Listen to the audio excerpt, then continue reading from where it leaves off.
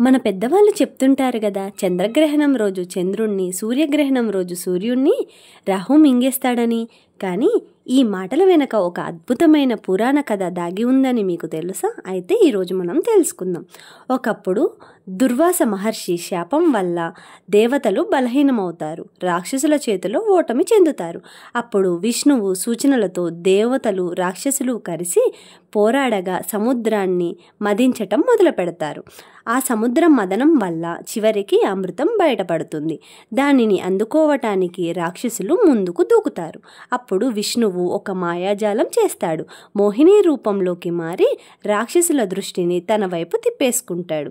అలా అమృతం దేవతలకు పంచబడుతుంది. కానీ అక్కడున్న ఒక రాక్షసుడు సర్బాను చాకచక్యంగా దేవతావేషం వేసుకుని కూర్చుని అమృతం తాగటం మొదలు పెడతాడు. దానిని గమనించిన సూర్యచంద్రుడు వెంటనే నిజం బయట పెడతారు. అప్పుడే విష్ణువు తన సుదర్శన చక్రం విసరగా స్వర్బానుని తలను నరికేస్తాడు. కానీ అప్పటికే అతను అమృతాన్ని మింగటం వల్ల అతని తల అమరత్వం పొందుతుంది. అదే రాహువుగా పిలువబడుతుంది. మిగిలిన శరీరం విడిపోయి వేరుగా కేతువు అవుతుంది. అప్పటి నుంచి రాహువు కోపంతో తనను బహిరత్వం చేసిన సూర్యచంద్రుణ్ణి ఎప్పటికప్పుడు మింగటానికి ప్రయత్నిస్తుంటాడు. అలా సూర్యుణ్ణి కప్పితే సూర్యగ్రహణం, చంద్రుణ్ణి కప్పితే చంద్రగ్రహణం వస్తుందని పురాణాలలో చెప్తారు. కానీ రాహువుకు శరీరం లేకపోవటం వల్ల గ్రహణం కొద్దిసేపటికే మాయమవుతుంది.